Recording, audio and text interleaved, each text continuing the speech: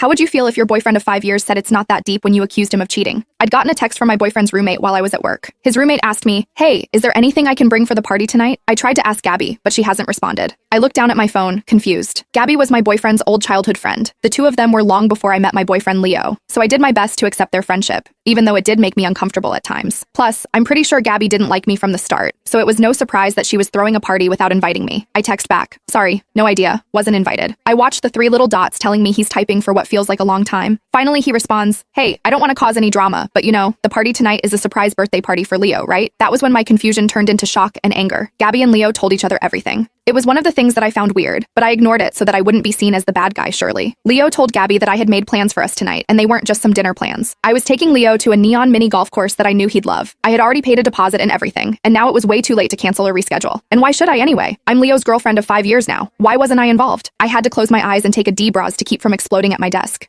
Leo had promised me many times that he didn't have any intimate for Gabby. We were neighbors in a small town. Of course, we ended up as close friends, was what he always said. I took another breath. Clearly, Gabby and I needed to have a talk, but it was a surprise party. After all, I can't blame Leo for something he has no idea about. Then my phone buzzed again. This time the message was from Leo. "Hey, so sorry, but I got to stay in tonight. Went to the doc, and they said I got the flu. Please don't come over. Don't want to get you sick too. Love you." It was an obvious lie his roommate would have mentioned if Leo was sick. My hands were shaking. That was when I decided I was done. If those two were going to go behind my back, I was going to make them admit they were lying to me. I texted Leo's roommate back and found that the surprise birthday party was at Gabby's place. Later, I was about to park in the parking lot for Gabby's apartment building when I saw Leo sitting in his car. He looked like he was arguing on the phone with somebody. As I walked up to him, he immediately hung up when I tapped on the window. The second he rolled his window down, I asked him, "At what point were you going to tell me about this party?" He looked scared and confused. "What party? I saw red. Are you kidding me? I caught you lying and now you're playing dumb. You could at least admit that you want to be with Gabby instead." Leo put his hands up. "Whoa, it's not that deep." I didn't respond. I threw the takeout soda I had picked up on the way and headed towards Gabby's apartment. I wasted 5 years dating Leo and being nice to someone who constantly treated me like garbage. It was time to give Gabby a piece of my mind. Take long to find her. Gabby was out on the balcony looking like she was waiting for someone. I could still feel my blood boiling, and apparently it showed on my face since party guests quickly jumped out of my way as I walked. I shut the door behind me when I joined her on the balcony. "Gabby, we need to talk." She spins around and looks at me, widely-eyed. "Why are you here?" "Sorry, are you expecting Leo? Since it's obvious the two of you planned on booting me to the curb?" "Wait, you don't know I was losing my patience and wanted to skip to punching her then, but I asked anyway." "No, what?" Gabby grinned. "It wasn't just tonight. We've been dating since before the two of you met, stupid." I was ready to lunge then and there, but Leo burst through the door. Wait, she's seeing Gabby's face turn white, made me hesitate. Leo grabbed my hand. "Look, I know this is going to sound crazy, but Gabby blackmailed me into coming tonight. She said she had old pictures of her and me kissing while I was drunk, and she was going to send them to you to get you to dump me if I didn't meet with her.